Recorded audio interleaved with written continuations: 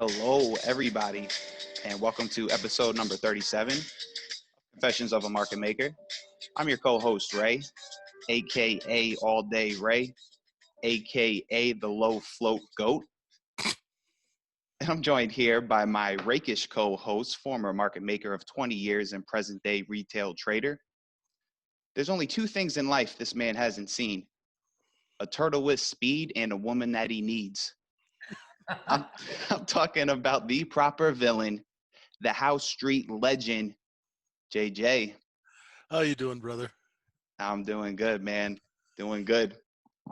And today, our guest began trading stocks in college during the dot-com boom. After years of developing and refining his strategy, he found bulls on Wall Street to help teach others how to remove the noise and gain an edge in the market. He speaks internationally at trading and entrepreneurial events. A Michigan native and a fellow Floridian, I'm talking about Kunal Desai. Kunal, how's it going? What's going on? I didn't know you were in Florida. Now, my side of Florida, they don't even count it as Florida. It's like a whole nother world. But You must be in the Panhandle then, I would assume. I am in the Panhandle. Yes. It's funny, Kunal. I was thinking this the other day. People love to poke fun at Florida, and probably like rightfully so. But that's cool. They can do that wintertime, huddled around the fire, mittens, wool socks. I'm gonna be in the lagoon, lounging. you know, how do you like living in Florida, being from being from the north? So Florida is pretty cool. Like I cruised the whole coast of Florida, basically looking for like some kind of beach town to live. And I didn't think this would be the spot, but it just ended up being the spot. I just can't do South Florida. It's the traffic, the drugs, the women. I mean, A lot of trouble. Yeah, that's for sure. there's too much trouble. It's hard to get anything done, and I gotta, when you get too much traders, we have to watch out for ourselves because there's certain times a year we just have time on our hands, and then there's certain times a year you don't have time on your hands. Mm-hmm. You gotta be together. I spent a couple months in South Florida seeing if I could pull it off. I just didn't do it. Like, I don't have the discipline, I think, to not go out and do stuff as like a single guy. But the other thing is, like, I'm like a daytime guy, and like I spent a lot of time in Miami. It's like you meet friends or like girls or like whoever, and people be like, yeah, like let's go catch dinner at 11, and then we'll go out. And it's like, huh? Like, I'm trying to like go out at like 3 p.m. and then like catch dinner at 5. Oh my God! You're in Del Boca Vista, man. Jeez. Like, that's how I like to do it. Like, I like to be out. Like, I like to be on the beach or the boat, like daytime stuff. That's nice too. When you were saying catch dinner at 11, then go out, I was like, oh yeah, I remember those days. Those were good times. It doesn't make me feel good for my prospects as a future as a trader being down here. Like you said, a lot of distraction, but this man helps keep me in line. So Kunal, before we jump into trading talk, I see you're a fellow workout enthusiast. What role does working out play for you in your life? It comes and goes. Like, there's times where like I work out every day, but like it's like more a matter of like, are you working out, or are you just like trying to stay fit and keep healthy? And I think I'm now towards like more of the spot where, I work out just to like have fun, like versus like, lift weights and get buff. Sure. But it does, I think it's important because if you really look it depends. But if you look at the new age, probably like the 40-year-old and under, like really, really good traders that you would see on social media and stuff, like most of them are like in really, really good shape. Like they're like really active. And so there's just something to be said about, like if you're feeling good, you're probably thinking good. Right. Yeah, it's true. It's true. It's good to stay active.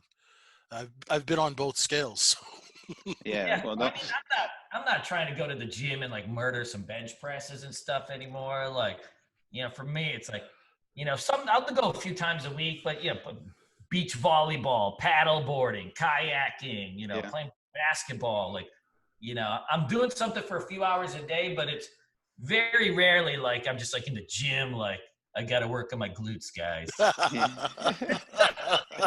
Yeah, yeah, I try and toe the line, Kunal. Like obviously I like to look good. For the physique, a little bit for athleticism, but I get that competitive drive sometimes, and I want to put on the big weight, but I want to preserve my body at the same time. It's like I'm not competing for anything out here, so. Oh, yeah.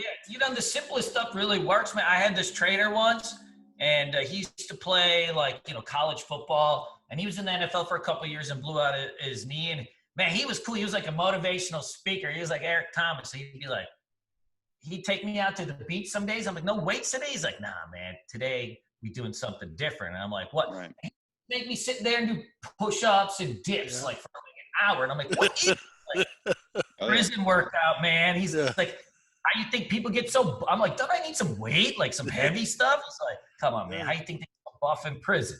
Yeah, exactly. Yeah. That's what he would do. He's like, man, you're gonna be running on this beach back and forth, doing push-ups, sprinting back and forth, do some pull-ups, and some of that stuff really makes sense. Sometimes you just gotta keep pushing. Well, yeah, and it's good the older you get not to put on too much weight. I mean, I was 275, 280, pretty solid when I was young, and I was powerlifting and stuff like that. And your joints, it takes a toll on, 275 is a defensive line. Yeah. I'm like I was a bouncer. I was 6'2", 275, 280, back in the days. Where I grew up, I was the second smallest of my buddies, right? I grew up in this Midwestern farm place. Everyone's 350, 370, 400. Right. Man, that's amazing. At least you get great meals. Kunal, this guy would smoke Marlboro menthols between sets and then go squat 6 plates. This guy was a freak back in the day. But that's amazing. Yeah, he was a freak back. Not enough people do stuff like that. Like anytime now, like I see somebody like just smoking like a Marlboro Red, like outside a bar or something. Because back in the day, like you would see like even in Michigan, it'd be like negative 10 degrees, but 30 people out there exactly with their fingers falling off, trying to get like 2 puffs in. Oh, I know. And you're like, man, those people, they're troopers. And yeah. One guy like just kind of just chilling out there, and everybody's judging him. And I don't give a shit. Like everybody's judging him, giving him the stink eye, and I walk by and I'm like, man, that's a cool motherfucker. Like I joined with my friends and judge me for it. That's funny. Yeah. The people outside smoking like -5. Yeah, ridiculous. Well, up here it was like -45 and there's outside smoking. It's crazy. You gotta get that fix. So Kunal, so for those just finding out about you for the first time, just tell us briefly how you got started in trading. Yeah, so I would say I got lucky in a handful of things of right place, right time, which is kind of half of life, anyways. Yep. I started trading, or started getting interested in stocks because of my dad. My dad is a first generation immigrant. He's an engineer by trade, but like almost all first generation Indians, immigrants in general, they got their hands in like everything. They're like trying to get something going, right, for themselves. Yeah. Oh yeah. That's why they came here. Otherwise they just stay in India and something else. So my dad was like, he's engineer by day and he's coming home. He's like, I got a real estate license. He's selling like Cutco knives. He's doing Tupperware parties. If they had sex toys back then, he'd be doing sex toy parties, like whatever he could. It just like make some money. So he's like, I'm working as software programmer by day, and I'm Indian Batman by night. Exactly. He's taking real estate classes. And he ended up one house in 20 years, but he's trying, right? Yeah. He's doing this one and that one and putting on this, and he also was like always trying to invest or trade, and he was got his hands in all sorts of things. He's like, oh, I'm gonna try penny stocks. I'm gonna do this, and it was cool because like I got to see my dad like one day he'd be like, son, today I buy you a pony. And then the next day he's like, you motherfucker, you better get a scholarship. Okay? I know you got B plus. Your teacher told me you better get a scholarship. I'm like, Dad, I'm like 8 years old. Like, exactly. Oh my God. Like the ups and downs, right? Like somebody trying to trade. And it was pretty cool. So I got my interest from him trying all these things, and also kind of my entrepreneurial side from him. And then just like that dot-com boom, and the advent of the internet is just right place, right time of like, here I'm going to college. And, most people talk about college as like, studying and coursework. But like one thing in college that's different than high school, like high school is like very regimented. Like you have to be at school at 7:00. You have basketball practice at 4:30. You have this and that. You have places to be.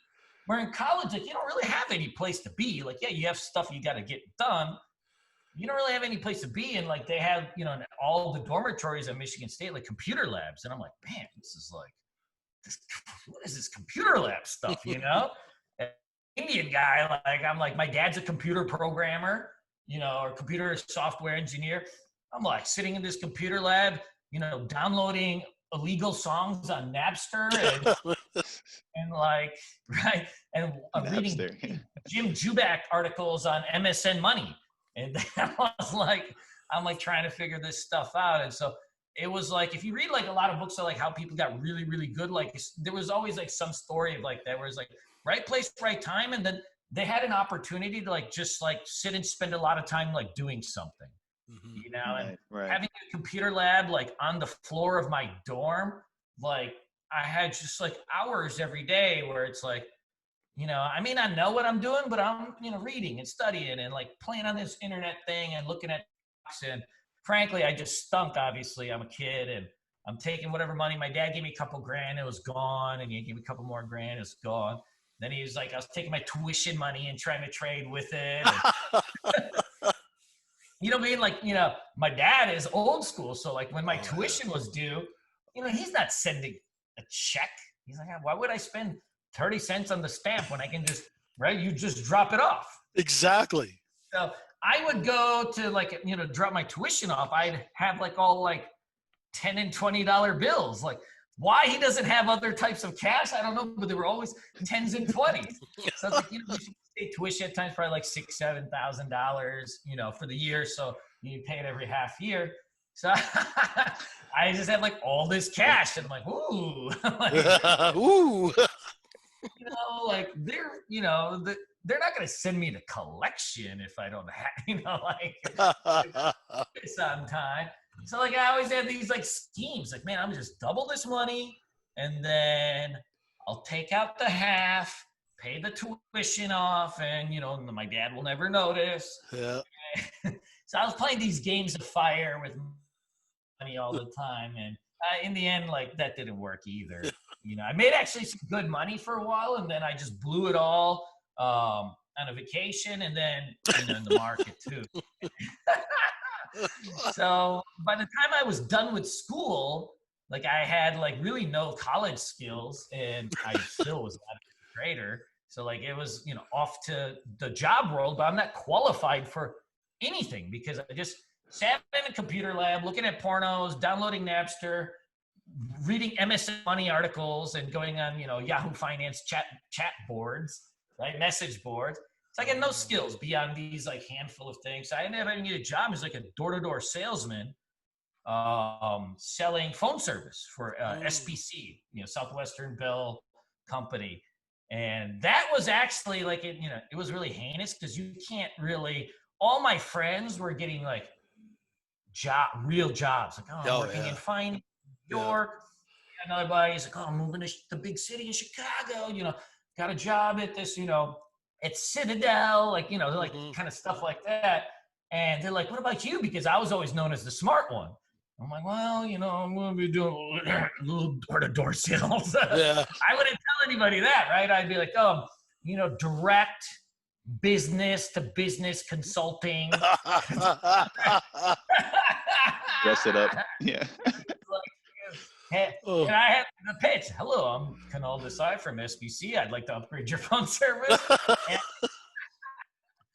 And oddly enough, though, like I actually got really, really good at that, and that ended up being probably the best job I could recommend to anybody because like that job, like I ended up, you had to do a lot of cold calling, but like face to face, walking in.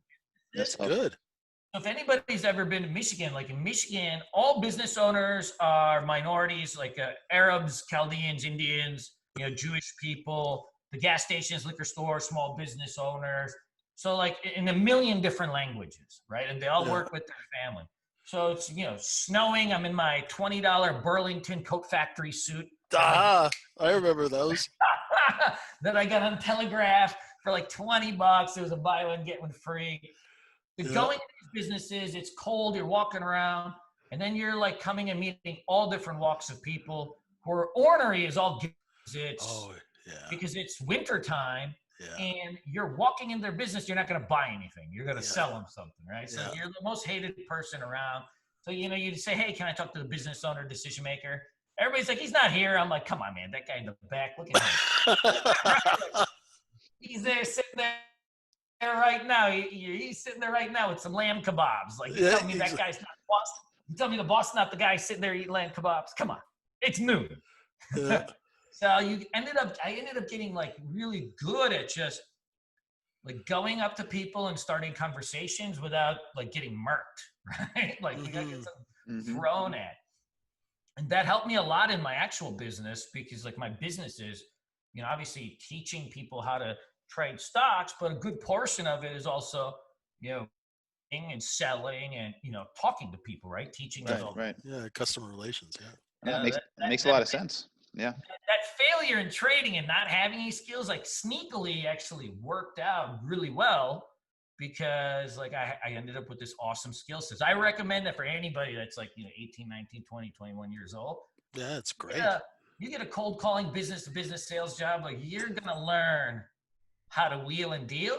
You can even use that to pick up chicks. Like, it's absolutely true. Like, It makes it makes sense. I was going to say, cause you are a good speaker, high energy. Yep. I've done sales previously before. Like I was playing poker part-time, but I was doing sales on the side, and you learn to interact with all different types of people. And it's like, like you said, like picking up a chick, Kunal, it's a sales pitch. You're selling her on you. Right or wrong. It's just a series of tall tales that are not lies, but bordering on them. Yeah. Embellish. Mm-hmm. It's bordering on the edge of truth. Yeah. Well, it's all three of us then, because my first job in the market was selling advertising to stock promoters and public companies. So I did 100 calls a day. Great. Look at that. All of us degenerate beginnings. The second part, though, is the luck was, once I was done with the door-to-door selling, you ended up with an office job. And, man, office job was like, oh, my gosh, like I'm out of the snow. Yeah. Now I'm, like, able to start, like, kind of, like, trading again. But now I also have a little bit of capital. So I ended up crushing that door-to-door sales thing. Now I'm, like, back at the computer. And I'm like, oh, my gosh, like, I'm back at the computer. And it happened to be, like, this is, like, now, like, social – media is like starting to happen. Like it's like just starting to sprout its wings.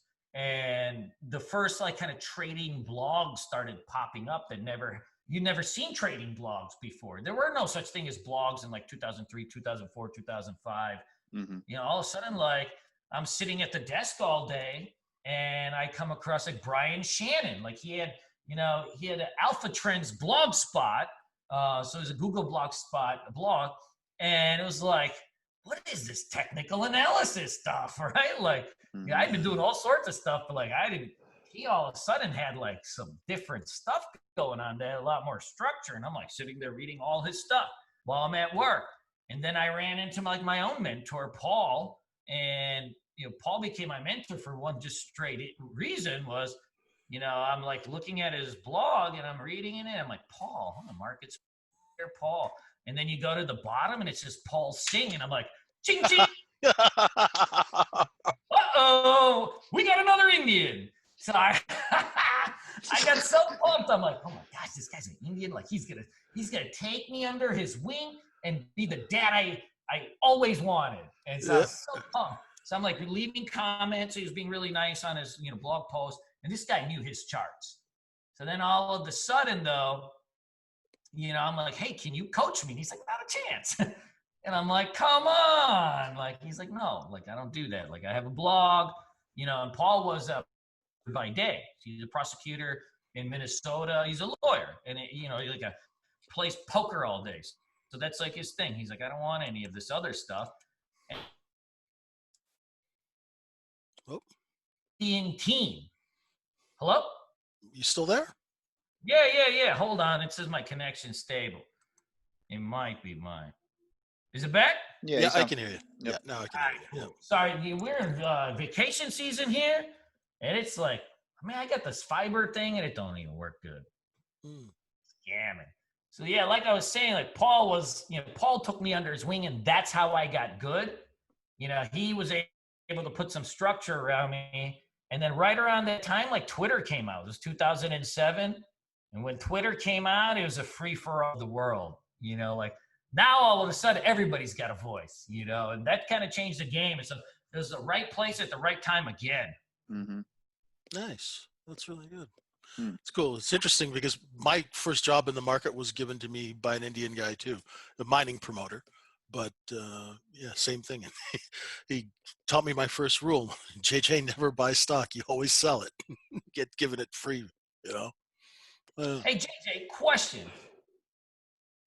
From people all the time. I said, you know, and I don't have an exact answer. I know what I tell my students just because it's like how a parent would tell somebody. So like but you don't really know if it's the truth or not, right? You just it's what needs to be said. So I got like all these students, I grade trades, you know, they have their journals. I look at these trades. I'm like, what the heck happened to this damn trade? Like, like this is supposed to be like a 20-cent risk. You lost $2 on it. Yeah.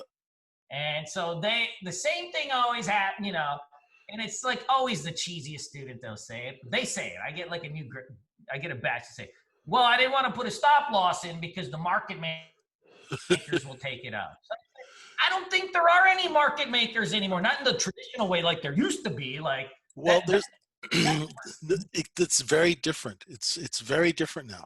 We do have market makers and they are wholesalers, but there are very few of them. And all their execution is done algorithmically and everything's done by computers. Now, in the old days, they used to have hundreds of market makers that would provide liquidity. And now I know in CME rules, the market makers aren't allowed to see the stops. But if you look at the structure of any kind of a stock over the day, using a TPO chart, you can really easily see where the heck all the stops will be. But market makers, because they're just running order flow, so they're taking your stop, not because they want to. It's just there. Just think of them as a semi going down the highway, and you're trying to pick up daisies in the middle of the highway, and every once in a while you're going to get hit and run over. I gotcha. So that's always been the thing. I'm like, come on, like. You think you're like your 20 shares of Tesla? Yeah, like, right. Yeah. I know. That's what I always think. Like, they don't care about you. I'm working 2 million shares for SAC Capital, and this guy's got 20 Teslas. I'm going to take him out. No, that's market to get your shares. No, that's not how it works. But it's very funny. I am really surprised because I was always an institutional guy. My clients asked me, what was the volume? How much did I sell, right? My job was to create liquidity so they could dump positions. Here's the thing. When I got into retail, I was shocked at how many people are flipping around in these markets and they have no clue how they actually work or function, right? It baffles me to this day, but I find it quite fascinating. It's amazing. I mean, people are, they like to wheel and deal. I got a new student of mine. I'm like looking through his stuff. I'm like, I'm like, you got 300 executions today. Like, yeah, man, there was a lot of action. I'm like, yeah. 300 executions on your $28,000 account, right? Holy. Like, and it's like, and you made $200. Wow. See, and that the non-commission thing is just getting people to churn. It's right? Getting churn. I've been telling them. I tell my guys not to go the non-commission unless they're just in a starter account, like with a few $1,000s, and they're like trying to test things out. You know, then it'll save you some cash because you don't at least worry about having to make the commission. But yeah. for anybody else, I don't know. Like some of it's okay. Like I have, I have accounts at all brokers, whether it's, commissions or not commissions. And yeah, like if I, see a stock that has like no spread and no easy liquidity, then yeah, I'll use my E-Trade or Ameritrade. But any 90% trades, I can't. Yeah. And the data's freezing like nonstop. Like I don't know. Oh, is it really? I don't know if anybody uses like Thinkership, but I don't. It works. But like, everybody loves, like every new person I run into, and even a lot of professional traders, they just swear by it, right? It's like their baby. Yeah. And newbies love Thinkership because, it's got like all these little trinkets on it. Yeah. Like you get some guy and he's like, wow, like you can watch CNBC from my That's the only reason I have it. Amazing, right? Yeah, So, right. It's free. like it because it's got a lot of like little windows or whatever. Yeah. Now, it's because it's owned by a Canadian bank now, right? It just freezes. It's Ameritrade's platform. But it's owned by Toronto Dominion Bank, and trust me, they are not traders.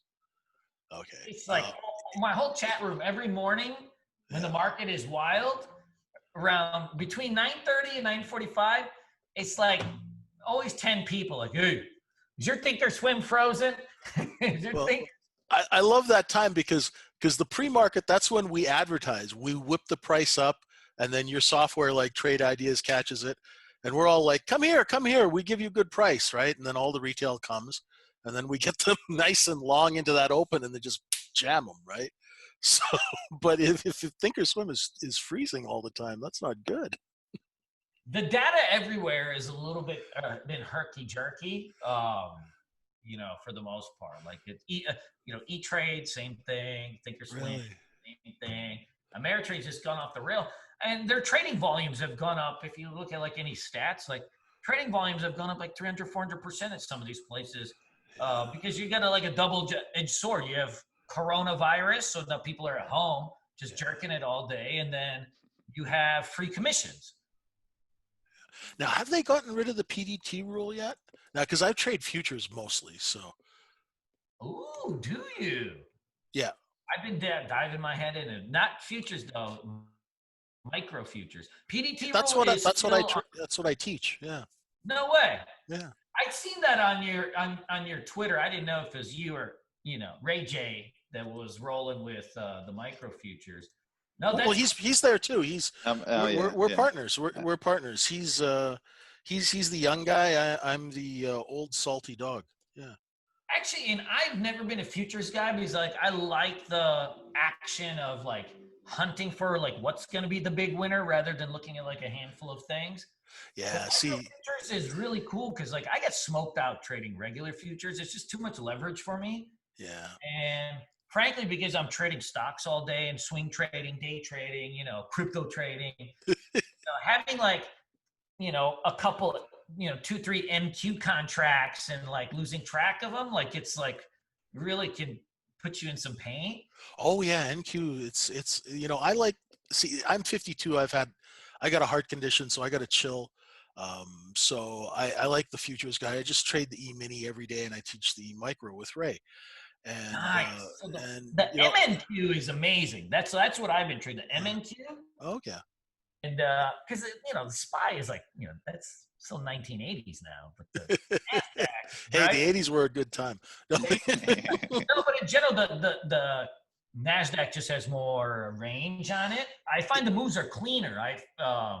Versus yes or SPY moves.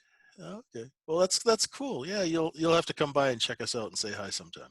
Yeah, but that's cool. I didn't even know about these micro futures till a couple months ago, and I saw it on Twitter. It's probably from your Twitter. Man, let me check out this like micro future thing, and man, it's pretty fun, and it's like really smooth. And man, you can have trades where you have like, such minimal risk on it. Exactly. It's like training wheels, right? Yeah, it's like what.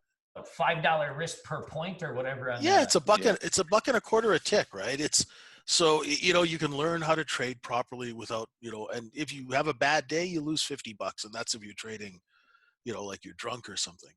No, it's pretty cool. Yeah. Yeah, so Kunal, I'm curious to see how your trading strategies compare and contrast from when you first started to present day. That's a good one. Oh, that's actually really cool. So in general, like I have, the same patterns per se, if you really say you're using patterns, but I'm still, I'm a momentum trader, trend trader. Mm-hmm. The one thing that's changed over, I would say last like probably 5-6 years, primarily before I was a small cap trader. Now I won't, now I very rare, I would say like 0.5% of my volume goes in, anything under $10. Mm-hmm. Where now my trading style is more into like large caps, mid caps, but still momentum trading, trend trading.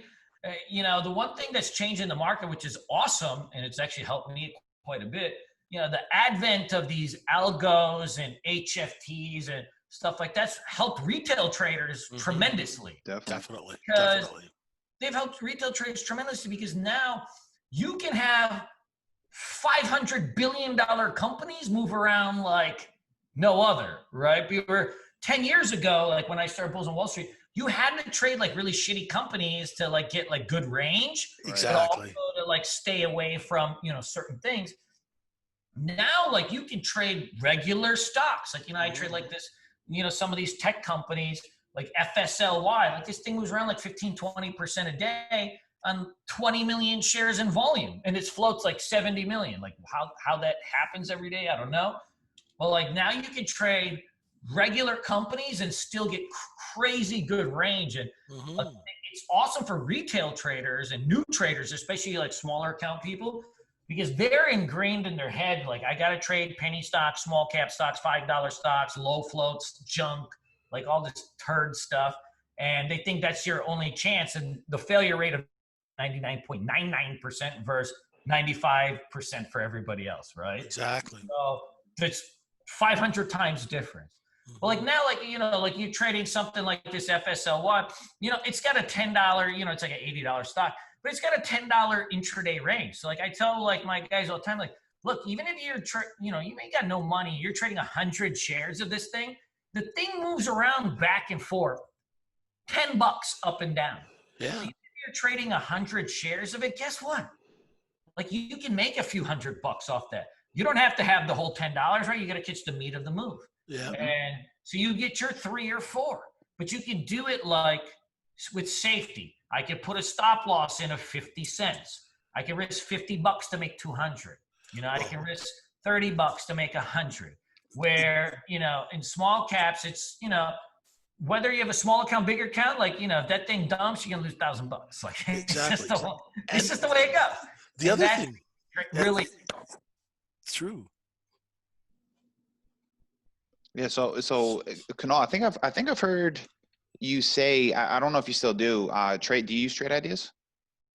I do use trade ideas, probably not but it's not a daily thing for me. Okay. Because I was going to ask how deep you dive into, it's a powerful program. I was going to. Trade ideas is amazing, but it's, for me, it's like I do my homework at night. Like my plan for the most part, I mean, it's set. Like I know what I want to do, like what I want to trade, how I want to do it. So in the end, like, like trade ideas, like I got some cool filters and there are people there awesome. They'll help you with anything. But then it's like I turn it on and I got all these like frigging new ideas. But always the problem with scans are this. They shows up on your scan after the primary move happens anyway. So what's the friggin' point, right? So I want to do a real deep dive, at night. I want to do a real deep dive in the morning before the market opens. And then I would say like 90% of my game plan is set in stone.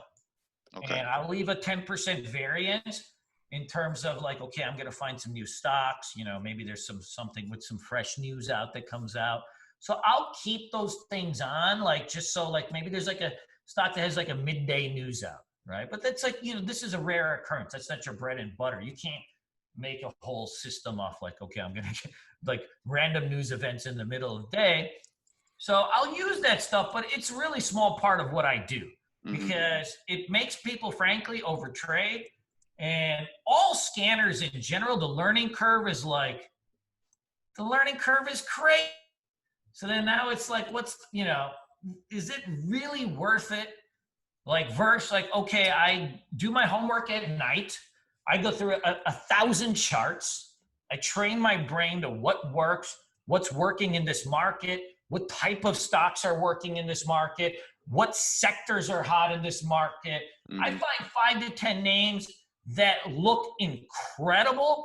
I focus in on them and I find the exact perfect entries to get in them, and I don't for my plan. I think that has a lot higher probability of success than you waking up in the morning, turning on some damn $200 a month scanners and thinking like, now I got some ideas. For me, like I would rather my guys go through every single stock in the S&P 500 and the NASDAQ manually and find the best charts, because it's going to help train their brain to pattern recognition, but more importantly, what momentum looks like. How does momentum look? If you do that every single day, you're going to understand and feel how momentum works, what type of stocks it works on, what type of charts it works on, what's the share structure for those type of stocks, what type of sectors, it really works on, so on and so forth. Beyond just like, hey, I'm gonna turn on a scanner and like something's gonna pop up.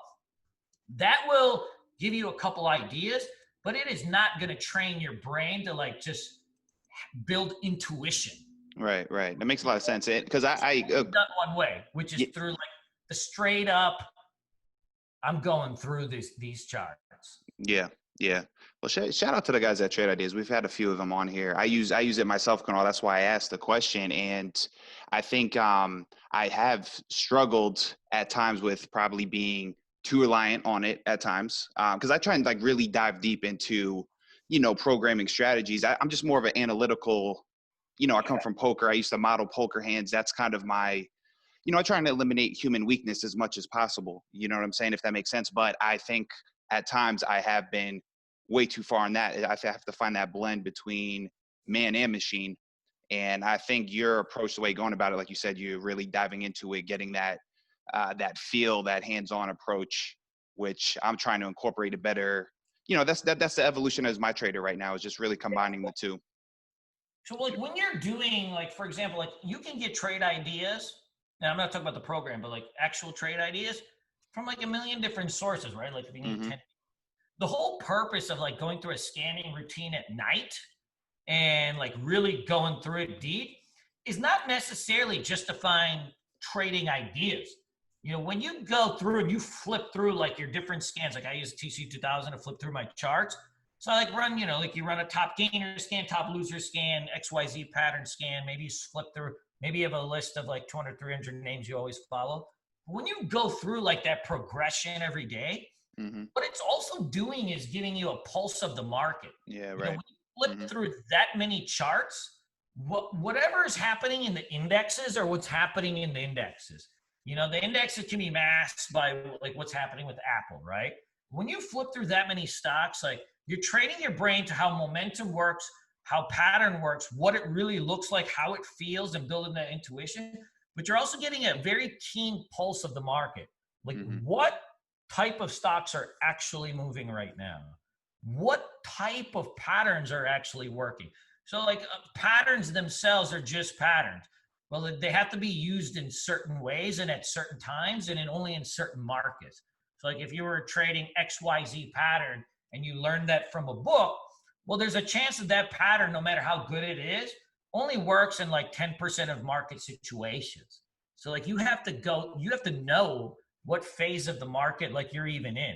So when you're doing that like kind of deep dive of going through a million charts, now you have like this keen pulse of like what's happening in the market, and you have the inherent feel for what patterns are working, what type of stocks they're working on.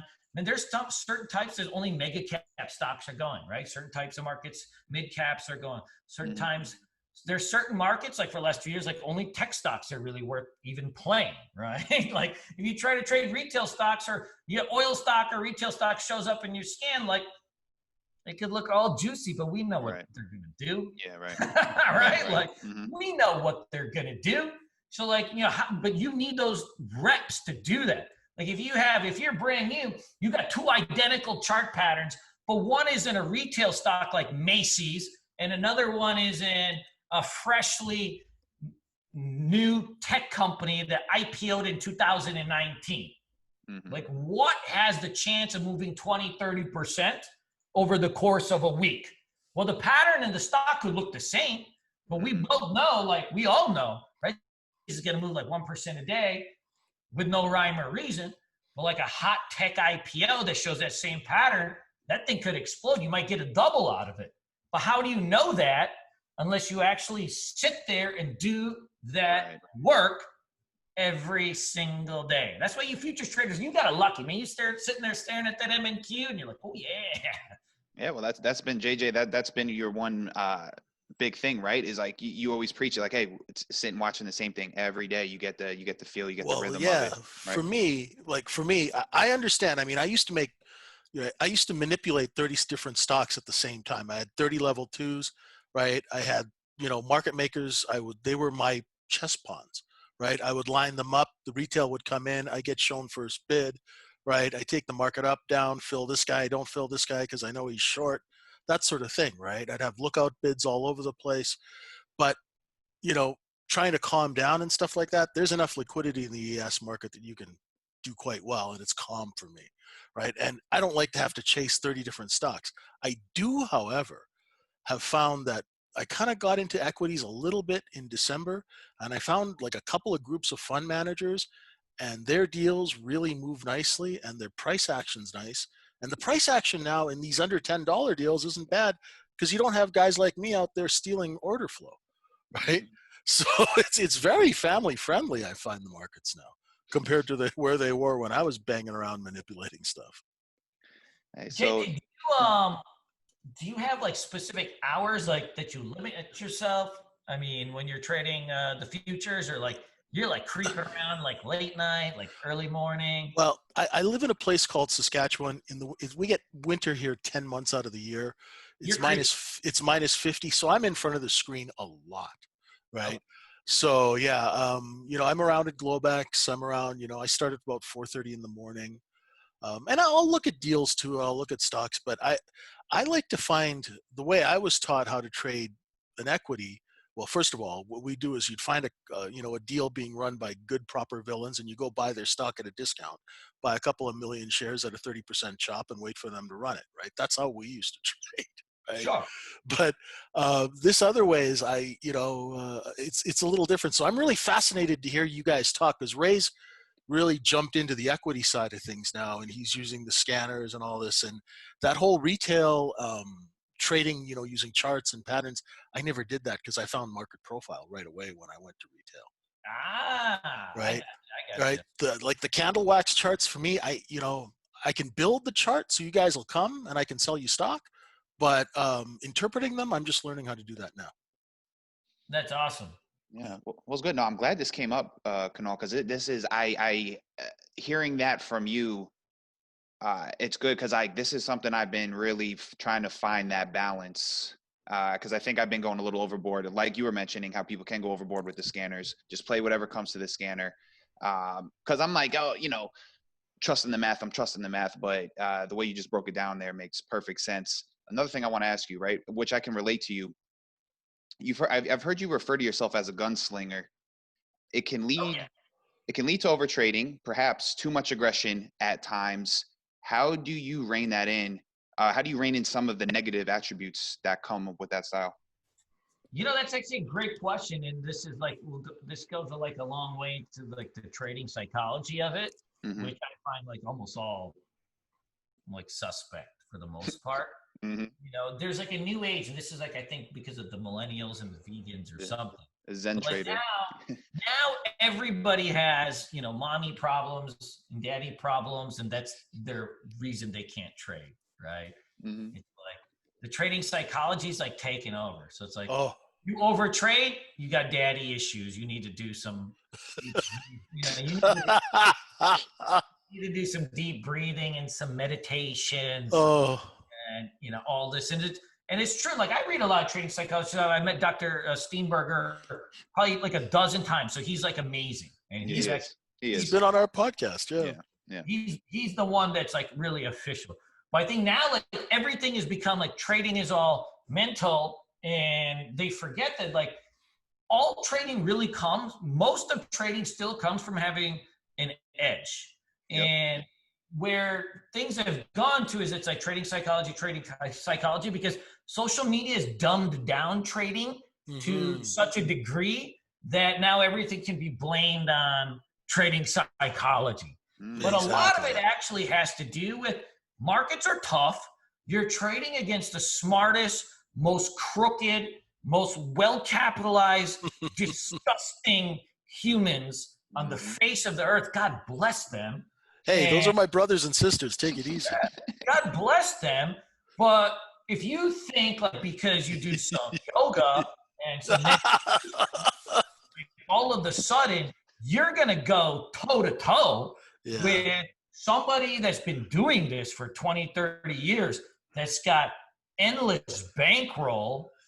And guess what? This whole trading psychology, I got to have discipline thing, is just a huge misnomer for the fact that people do not have actual ways where they can attack all different types of markets with all different types of strategies. Like when I do my class, it's like 60 days long. Why? Because you can't learn this stuff in like a DVD or 2 days. Or a DVD, right? Like, true. I always had the DVDs. Like, do you physically get a DVD? I would do a chargeback if I didn't get one. I can never do these DVDs when it's online. Oh my God! Yeah. The psychology thing has gotten in the way of the fact that people don't actually have a statistical probability edge in what they do.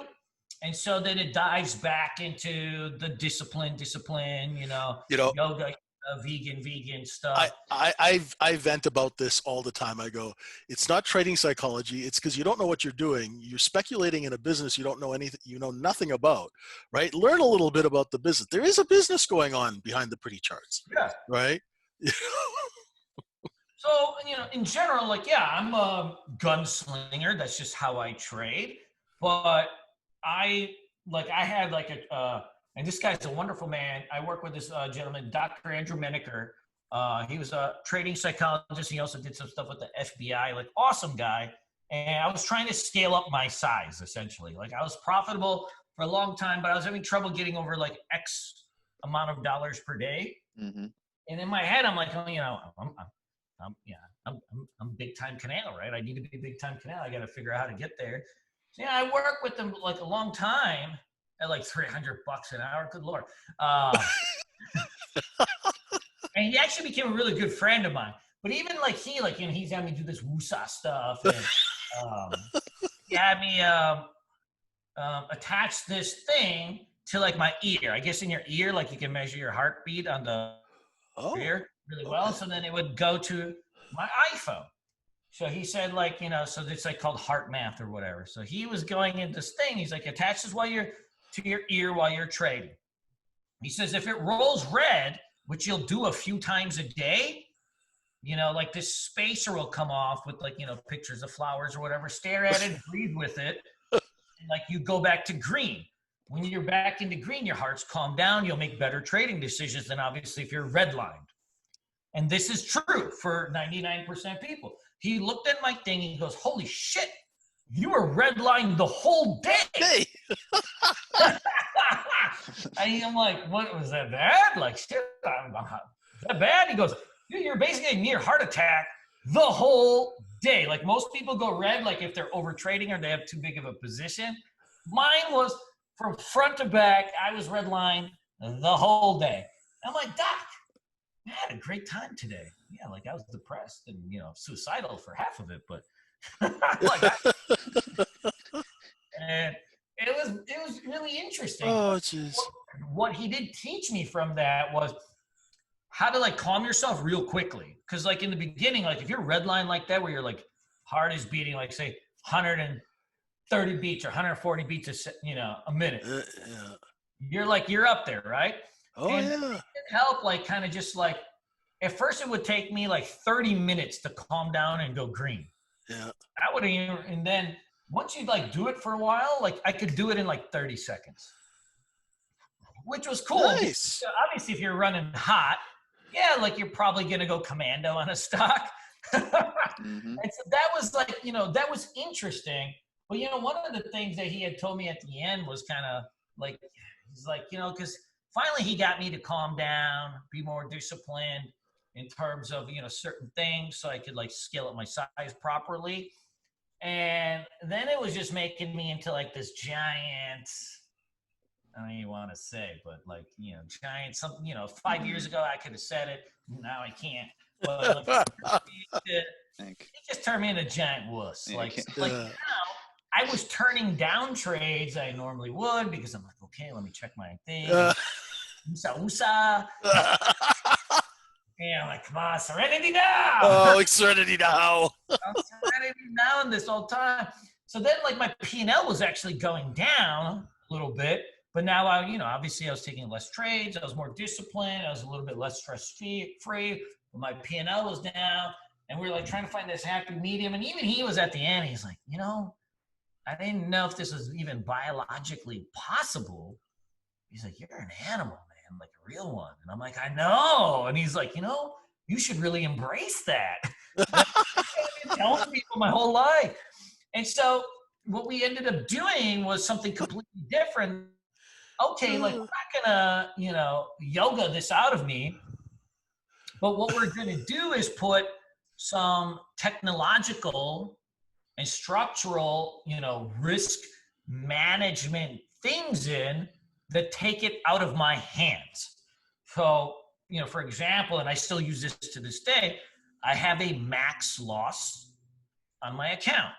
Okay. So I can only lose so much per day. So if I see an opportunity and I go commando on this thing, like I go monk because I think this is it, you know what? I'll go monk. And if it, like if I was really too zealous and like I took a chunk off of it because I was early or late, it's going to lock me out of my account and market order me out of my positions after a certain amount of loss. So like every blue moon, that devil comes out, but that devil usually works for me. But that's with all aggressive traders. The devil usually works for you except that one time out of 10 where it gets away from you. And then, right, you lose so much money that it kind of eclipses the 9 times that you were aggressive. Right. So I found like a sweet spot of like, I know exactly how much I can lose before I really get crazy and, that I probably won't be able to make back.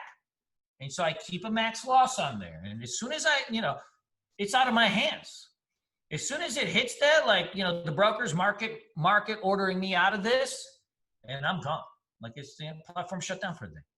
And that actually helps. So, and I have other risk management kind of protocols in place because I work with my friends, my childhood best friends. They're also, employees of my business and stuff. So I have other protocols in place to kind of keep me out of trouble because I found like, man, I got a great dad. I got a great mom. I don't got psychological issues. Mm-hmm. But yeah, I'm aggressive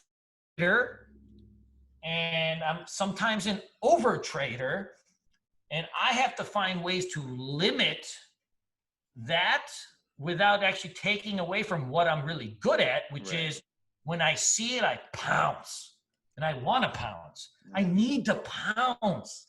I'm a hunter, but I can't let that destroy my account. So I put those max losses on. There's other things I'll do in my software depending on how I'm trading in terms of like maybe even a max on how many shares I can have of stocks. So like if I'm trading, a little bit, if I'm trading really well, I may increase that. And if I'm trading like not so well, I'll start decreasing that so that like, my risk per trade is just inherently buckled down, even though I know I can't maybe control myself during the trading day. I've now set these parameters in to keep me out of trouble. Mm-hmm. It was good, Kunal. You stopped yourself before. The cancel culture could have been coming for the bulls on Wall Street. No. Huh? I know better than that. Yeah. No, it's different. I guess different nowadays. So Kunal, on the opposite end of the spectrum, what do you say to your students who are scared to pull the trigger? Ooh, that's a really good question because half the people are scared to pull the trigger, and the other half don't give a shit. Yeah. Pull the trigger, and they pull it too many times. Yeah. So there's two aspects of pulling the trigger. Number one, some people are afraid to pull the trigger because they're trading with money they can't lose. So if that's the case, don't trade. You shouldn't be trading. Yeah, exactly. Don't trade, or open a micro futures account, right? Put $1,000. Exactly. Mm-hmm. Put $1,000 in, put in $2,000. That won't ruin your life. Do something like that. That's okay. You lose $2,000 trading, some MNQs. Yeah, stinks, but it will not define you. Don't trade money that you can't afford to lose. That's one of the reasons people are afraid to pull the trigger. The second part where people are afraid to pull the trigger, it goes back to they do not actually have an edge that they can quantify and qualify in the market with a reasonable, right, confidence. Mm-hmm. Exactly. Meaning they've watched some classes, but have they really done the work? And then have they actually seen the work? Meaning, like for example, I teach class at night, but then after class, I trade in front of my students in the mornings and into the afternoon whenever I'm just done trading. Not so they can have my stock picks, that has nothing. I trade in front of them so that they can have confidence in the methodology. This works, and you know what? There's days it doesn't work. But we do, I always do a class after the market closes of, going back through the trades, like what went right, what went wrong. And that what really they'll see is that when I lose, it has nothing to do with the methodology. It's usually because I, screwed something up. I put my stop in the wrong place, did this, I chased it, so on and so forth. But hey, it would have worked if I stuck to my rules. Now they can see okay, this guy's making money most days of a week. He's grinding it out like a job, how do you be a professional? Yeah, right? It is a business. I don't wake up and just roll in and get some $2 low float stock and it goes to 12. I mean, 100 grand. My marketing guy Photoshop a P&L and post it on Twitter and I'm ready to go. How does somebody that's just a professional go out and make $2,000, $1,000, whatever it might be, mm-hmm. And going through that process. That will give them the confidence to pull the trigger. And they'll also get the excitement because at least when I'm trading, man, we got the Bruce Springsteen on. We got the Rockin' in the Free World on. We listen mostly God Bless America type songs. And we go for it in the morning. And, they see the fun of it. You got it. Fun of it. Hey, trading is supposed to be fun. Absolutely. You Definitely. Yeah, I mean, if it's not, there's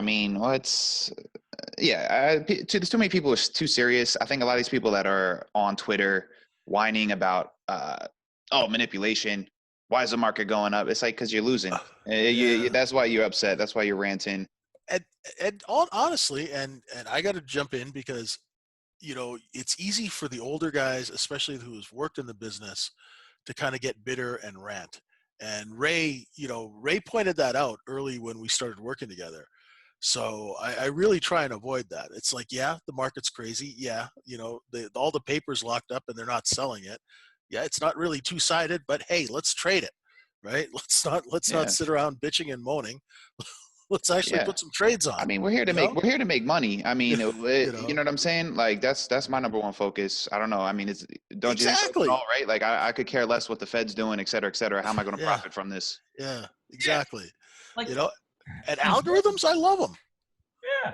I mean, inherently, I want to short all sorts of stuff and slaughter everything because people are, struggling. There's no, jobs and stuff, but that's not really, you're not seeing that setup. So what can I do? Yes, I love to play the Grim Reaper because when the market crashes, it crashes so fast. Yeah. Well, yeah, it's a bit. It's an ego thing. Everyone's like, oh, the end's going to come.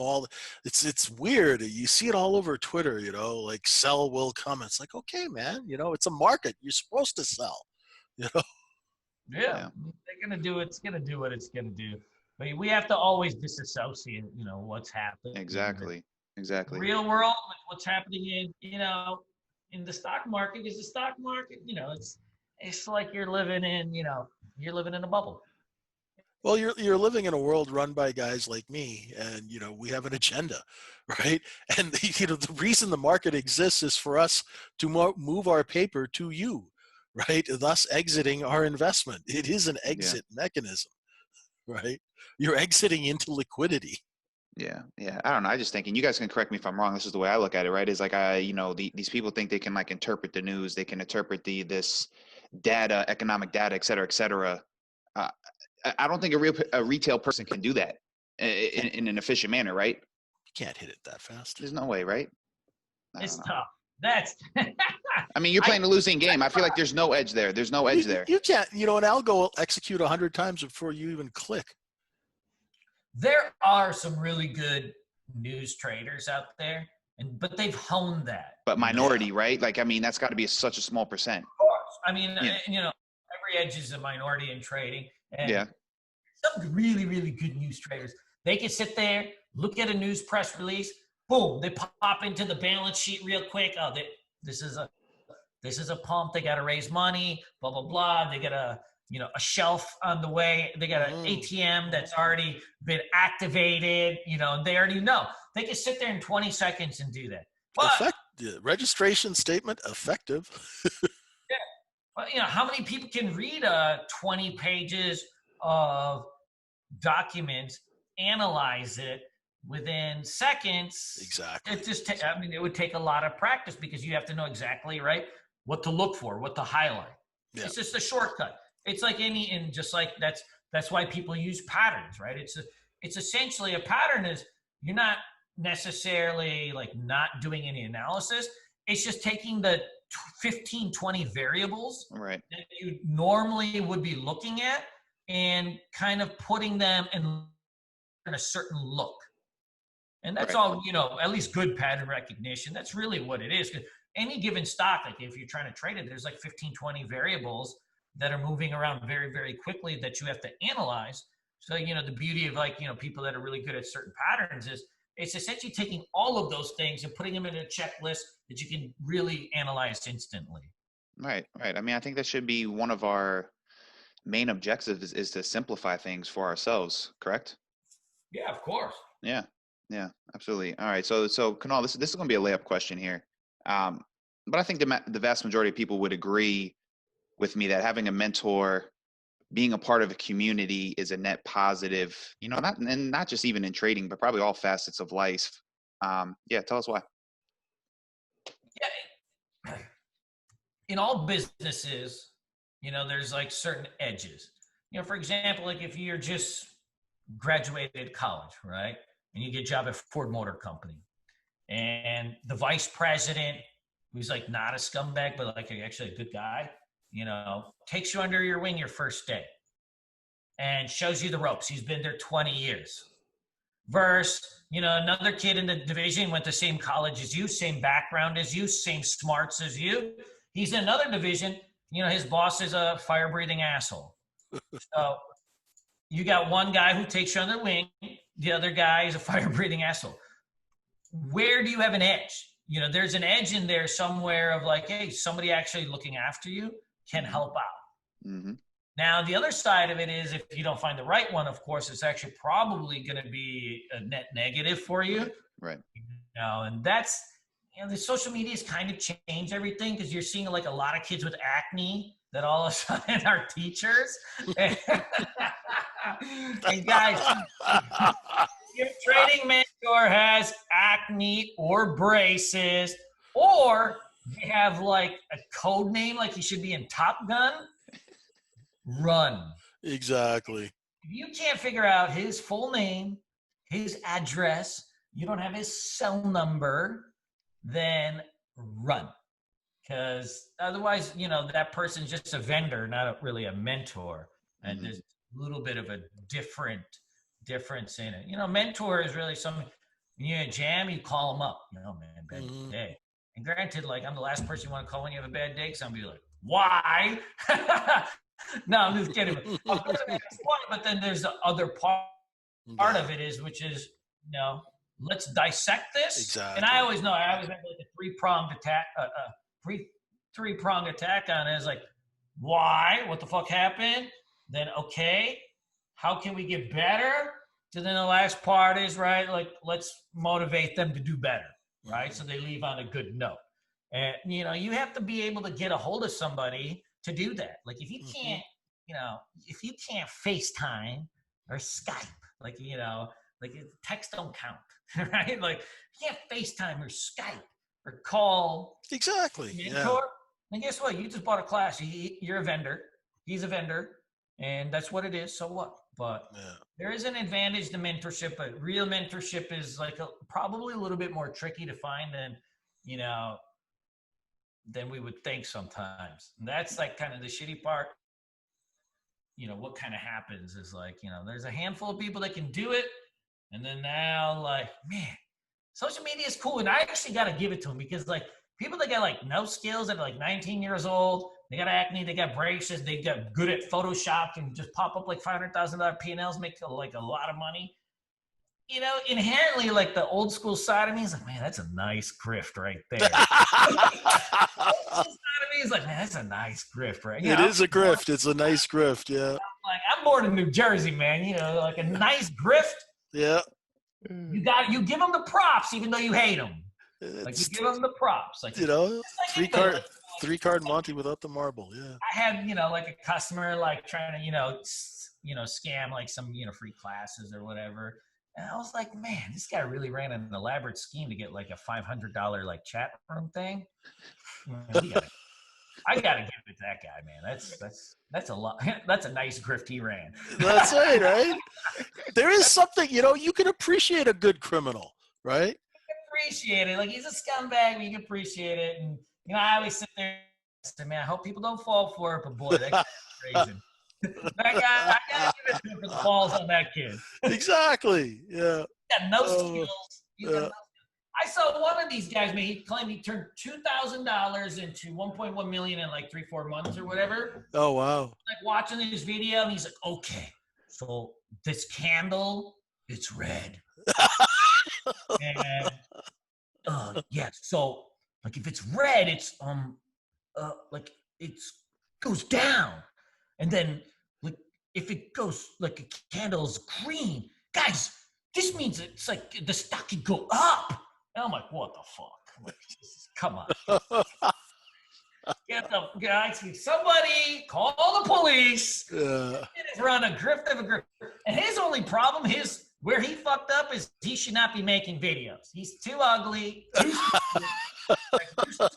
Just straight up grifting on your social media. Oh, man. 2,000 to 1 million in 3 months, small account challenge. But, like, don't get on any YouTube lives. Don't do any webinars. Like, you just, you know, sling your thing, because good Lord, I was like throwing up watching this, cracking up. It's kind of like Joe Biden, right? If Joe Biden says nothing, shows up to no debates, just sits in his basement, he's gonna win. But if Joe Biden decides to like show up and say, hey, I'm going to do a debate with the Trumpster, and then all of a sudden, like, things look different. But if he says nothing, because, like, you know, I just read this report, 50% of America thinks Joe Biden has dementia. Think about that, dementia. It means he's not there, right? Like, my grandpa had dementia. He was not there. He was not my grandpa, right? It was like a space alien magician. If Joe Biden says nothing, he wins. Same thing with some of these hucksters, man. If they're gonna do it, don't talk. Well, you don't know. It's like when you're working in the boiler room, right? You ask that closing question and then you shut up and you let you let the mark, you let the mark decide. No doubt. But find you a good mentor. Yeah, because I think it's that. Yeah, it's the what is that adage? Learn from others' mistakes so that you don't have to make them. I think so, and it's you got to find one that's been through the ropes a little bit. I think fine. So there's a difference in you can be the best trader in the world, but doesn't mean you can teach anybody. There's like they're two different skill sets. Yeah, very true. Like me from 9:30 to like say 2 p.m. is like okay, like I'm Rambo, right? And then after that, like I have to be somebody different because like Rambo doesn't make a good teacher. He's a good killer, right? Like he's not going to be a good teacher.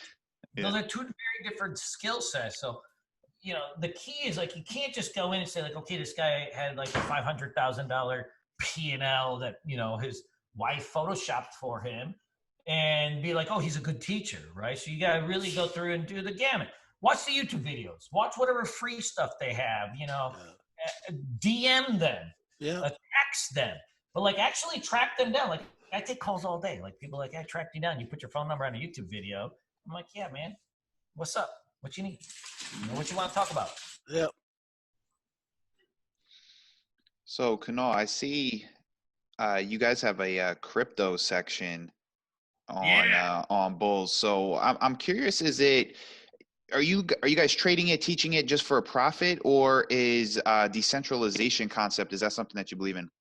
Oh man, crypto's a turd. I'll be honest. No, it's a huge turd. Uh-huh. There was a pump in 2008, and it was amazing. And it was a rare opportunity for trading that like you just don't find. Because you have like moves that are like 30, 40, 50%. Yeah, insane. They're happening insane. And they're happening in the middle of the night, in the morning. There's a very, very unity to just trade. Tickers, like, BTC is ES, and ETH is the NQ. And this one is this. And when they're moving around like that, that 2018, 2017 was a fantastic time. There were no pros in that market. None. Like I'd be sitting there watching the tape on this stuff. First of all, there is no tape because there's very little liquidity too, which is awesome. Everybody's like liquidity. I'm like, that's okay. I'll make my own. When there's no liquidity, you can read the tape. Yeah. Thank you for saying that. My God. Thank you for saying that. Because I keep telling people that. They're like, what does that mean? Like, okay, good. Yeah. Guess what? Stock does 200 million shares a day in volume. You can't read the tape. It does 1 million. You're going to see it a little bit easier. But in crypto, it was like the liquidity was low. There wasn't any pros in it yet because it was still too risky. And so I was all up in it. And I wasn't about it. Like I was like refused to like do it. And I had a couple of students that were like took my class and they're like, oh, we're just using the same patterns like you taught us, but we're doing it in crypto. And I'm like, what? Like the fake money thing? The fake money, exactly. Like, and the kid was like, like a younger kid, and he's like, no, like it's cool. And I'm like, electric money, isn't that just what PayPal is? Like, I got a PayPal. I'll send you money right now electronically. Like, do it right now. Right. From a guy who's taken companies public, I love the idea of crypto. You don't even have to spend money to print stock certificates, or get lawyers. So it's pretty. It was pretty cool, but the pump was amazing, and then I was shorting it on the way down, which is also amazing. Mm-hmm. But now, like I think it's probably going to be a couple of years where it's just digest. I don't know the future of it. I'm a price action guy in general anyway. So right. I'm trying to do these MNQs. Well, the market's been gapping up every day. So I'm like, man, this market's been gapping up every day. I better learn these micro features. Wherever the action is, like I'm trying to figure out how I can get in. Right. Cool. So, like in terms of like having a dog in the bone of like, I love the technology. Guys, President, your commander, these are great projects. Okay, the CEOs of these companies, they're fantastic. They're great people. No, I don't know anything. I don't know. They're tickers. They're tickers. Exactly. All right. So, all right, Kunal, a couple of rapid fire questions, and then we'll wrap this one up. All right. Any good books you've been reading lately? I don't know if you're a reader or not. Ooh, so like I do actually read a lot. So I'm not into like these self-help kind of books. You probably noticed. But like I do like, I do I do a little goose in the gander on, a handful of stuff. I did like I read this book by Dave Asprey called like Game Changers, which was kind of pretty cool. It was about what leaders and innovators and mavericks do to win at life. It's like pretty like it's pretty like standard stuff, but I kind of find it interesting. I hate like nonfiction books. And then another one I read that was actually, because I'm like obsessed with like Viking stuff and like medieval history, like all my books I read is like about like pillaging and slaughtering. And I read another book by Jim Quick called Limitless. That was like more like a brain training kind of book. I took like one of his speed reading classes because I'm a big reader of fiction books, and like it actually works. Like I can blow through like a 300, 400 page book like really quickly. I thought that was actually, I thought those were pretty epic. Like I like both of those. In general though, like, yeah, I like fiction books. Anything that has to do with Vikings, anything to medieval history. You put a British longbow in my hands, and I'll take out some French soldiers. Makes sense with the gunslinger mentality. I see it. Yeah, I love history myself. That's one of my probably favorite genres. All right. Interests outside of trading and working out. Ooh, that's actually good. So I love going to the beach. I'm like outside guy, so beach, boat, like anything, frisbee, like just anything outside. I'm like pretty into it. I like all sports pretty much. You'll see me like even the trading day, like I'm watching all these stupid sports shows like where they just argue with each other. And like I don't understand what the heck they're talking about. I didn't see the games, but I just love to watch them argue.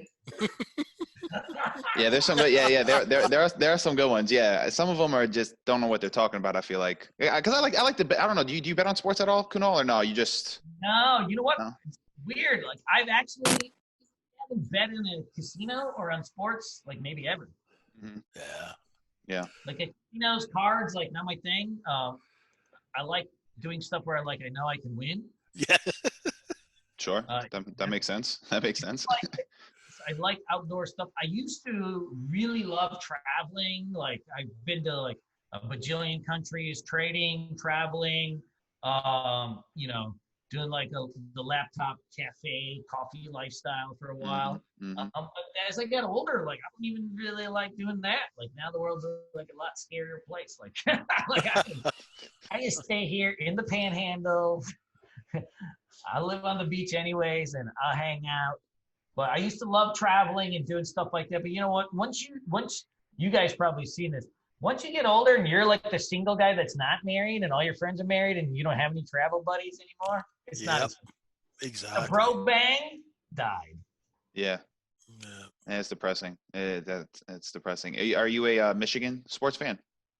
I went to Michigan State due to the substandard grades, but I'm sorry. I should have been. I meant just Michigan sports. Yes. Lions, Pistons, Tigers, stink, and stink. Yeah. But I love them all, especially Detroit Lions. It's like it pains me to watch every game, but I watch it all. Yeah. I think the Lions. You guys got some offensive talent at least. Stafford stays healthy. I like the offense.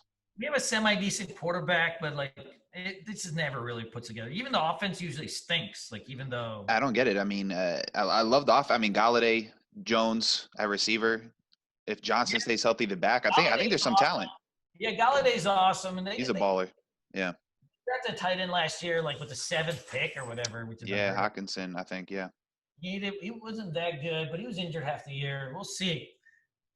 Yeah. I always say the Lions are going to the Super Bowl every year. I make that prediction, but they never. Yeah, that's not going to make you no money. My dad's been here since like 1975. He's like, I never seen the Lions ever win any games. Yeah, that's a tough. I'm a Jets fan, so it's not much better for me. But All right. The Jets. Sam Darnold's good though. He is. I'm glad you recognize that. Yeah, he is. The coaching's terrible. And you know what? He's actually really young. He's 3 years younger than Baker Mayfield. They were drafted the same year, which is like, so he's like, his development is like in the baby stages. Yeah, I agree. I just think we got to get a new coach, man. I think it's the coaching. Crazy Eyes Gaze? What, you don't like Crazy Eyes Gaze? He's sniffing salts on the sideline? What the hell's this guy doing, man? I like him. That's nuts. Like, Eyes Gaze is like, he's an ultimate grifter. I got to give him credit. Yeah, he is. He was Peyton Manning's quarterback's coach when Peyton Manning was at Denver. Mm-hmm. Well, Peyton Manning was 40 years old. Like, nobody's coaching him, right? Yeah, exactly. Peyton Manning's 40-year-old Hall of Famer who is also like, where he was known as like the cerebral guy. Mm-hmm. Nobody is coaching Peyton Manning at the age of 40 in his last year in Denver. Mm-hmm. Sella Adams Gaze grifted that experience into like, I'm going to get 2 head coaching jobs. He's on the quarterback whisperer. Yeah, the quarterback whisperer. 40-year-old quarterback that doesn't want to listen. No, I couldn't agree 100% more. It's ridiculous. That's He gets hilarious. fired. He gets fired from the Dolphins, and then the Jets hire him. It's ridiculous, man. Like you said, no one's coaching Peyton Manning. That was what he was known for, being like the coach on the field. He was known as a quarterback whisperer for one good quarterback. He didn't do anything for Ryan Tannehill. No. Now look at Tannehill. That's the thing too. The players that move on from him. But I digress. I'm getting worked up now. I think Sam Darnold is probably good enough. Like, he's good enough. His talent will probably shine, even though his coaches might be crazy. I really hope so. I wouldn't even mind if it's just a bad season, so they move on for Gaze and then give Darnold the real shot. But yeah, I agree. Like, if the quarterbacks are good enough, it'll make up for bad coaching. But we'll see. Kunal, do you drink coffee in the morning? Being a guy of high energy. No. This is a serious question because I think about this myself, right? I consider myself a high energy person. Do you? What's your caffeine intake in the morning before trading? Because obviously we don't want to be too pumped up, right? Oh, I'm slaughtering the coffees. Okay, all right. So do I, but I don't know if that's a bad move or not. You can ask Jay. I mean, express. Like, I drink coffee at night. I mean, I'm always drinking coffee. Okay, so it has no effect on you. It's not affecting the trading whatsoever. I don't even think it gives me any buzz anymore.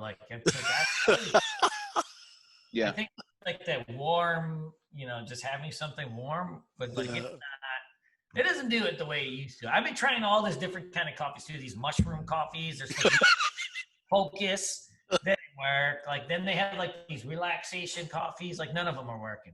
No. Oh no. Oh man, you guys remind me of when I was younger. I used to drink so much coffee, and now, stupid heart condition. So I have 2 cups. That's it for me now. I'm done. But, no doubt. Yeah, 2 cups is solid. I mean, 2 cups is solid. That's solid. That's solid. Still All right, Kunal. Musical taste. Ooh, 80s pop music. Really? 80s pop music, also 80s country music, and 1995 to 1999 rap music, more like Puff Daddy, Notorious B.I.G. era. Any music after 2002 stinks. I do like classic rock, like from 60s, 70s too. But that's it, like Bob Seger, stuff like that. But otherwise, no. It's 80s pop, 90s rap, and some 80s country. Okay, that's a diverse mix. Okay. Oh yeah. I like that. I like that. Like Wu-Tang, Nas, like those that era, correct? Nas, very nice. Nas, and yeah. I won't lie. Like, when I'm trading, sometimes I need inspiration. Like, I will slaughter some Celine Dion. Hey. Hey, as a proud Canadian, we salute you. Everybody loves Celine. She's like an American hero, even though she's Canadian. It's amazing. She's so good. So yeah, when we're in trouble, we need like something to work. We go Celine Dion, Cher, If I Could Turn Back Time. And we just we try to inspire these stocks to do something that often they don't want to do. You're the tape whisperer. Nice. The tape whisper. That's funny, Celine Dion. Wow. I didn't even know. I didn't know she was Canadian. That's okay. Of course, she is a national treasure. Shania Twain's Canadian too. Indeed. No way. Wow. Shania Twain. I mean, she's got some lungs on her too. She does. Nah, she's really good. She's really good. All right, last one, Kunal. Favorite movie, or you can list a few if you don't have one. Whoa. Okay. Now this is actually a very, very tricky question because I have a handful of movies that I watch all the time. Number one, King Arthur with Clive Owen. It's a very shitty movie, but it's got a lot of swords and like cool bow and arrows. You're medieval. Yeah, you love for medieval. Okay. Okay. Number two, Mean Girls. No, wait, stop. What is mean? What is that? Mean Girls. Lohan. It's a fantastic movie. And then I would go with like number three, The Notebook. No, stop it. You're joking with me, right? I'm not. Those are my three. I own them all. The Notebook? Oh my God, it's fantastic. Like, who wouldn't want a Notebook type of love? I don't know. It just has that stigma around it. I don't know. I'm not watching. I don't know. I just watch it. It'll make you feel like. I mean, then you look at your girlfriend and be like, I need a girlfriend. Well, no, you're not married, man. I thought what? Because I can't duplicate the Notebook, but I'm. Okay, I gotta watch this movie now. I gotta watch these two movies. Fantastic! It's fantastic. Mean Girls and The Notebook. Interesting. Mean Girls is classic. They got this Indian guy on there.